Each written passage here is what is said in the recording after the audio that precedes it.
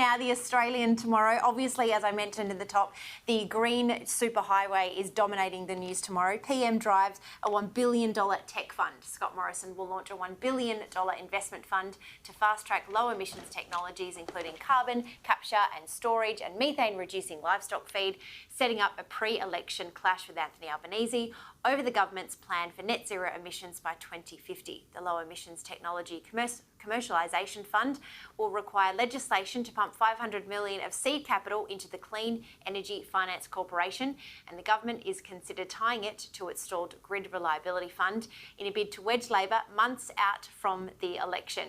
Matt, there seems to be a lot of capitalised departments and funds and things like that are floating around. How do you think that this is going to land, and the fact that the PM seems to have been on the unofficial campaign hustings for 2 days now, spruiking all things green and renewable? Well, as you pointed out in your introduction, Jenna, I mean, this has to be the first time in history that a Prime Minister or a political party has taken a winning election strategy and their strategy in 2019 when it came to these issues was a key part of what they won, you have to remember, and has reversed it completely 3 years later and gone completely the other way. I mean, I just don't know how we can sit here tonight and try and ignore the fact that 3 years ago, Scott Morrison was saying that a push for more electric vehicles was going to mean the end of the weekend, because that's what he was saying in 2019.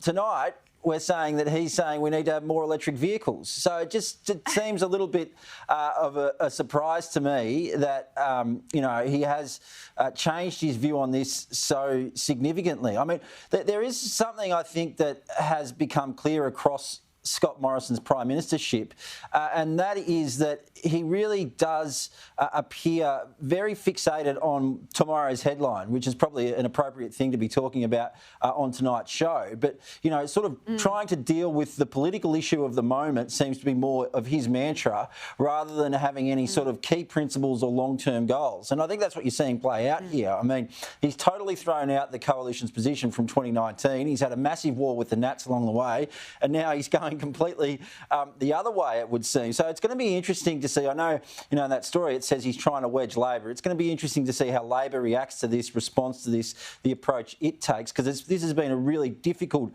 issue for both sides of politics, but probably a more difficult issue for Labor over the past 10 or 15 years than it has for the Libs. So it will be interesting to see how this plays out from here. Yeah, I can imagine Bill Shorten is probably smarting this evening with the fact that ScoMo's got every single headline tomorrow. But do you think that this also just goes to show that the coalition are finally paying attention to polling? Because clearly this must be an issue that is polling very well in the electorate for them. That's why they're going so hard on it right now. Well, I'd question whether it is polling well for them. I mean, the Prime Minister's numbers in the polls appear to have dropped off in the past few weeks while we've been having this debate about net zero and whether the government was going to sign up to net zero and the approach that it was going to take. I'd also point out that in 2019, before the 2019 election, the coalition was behind in the polls the entire way.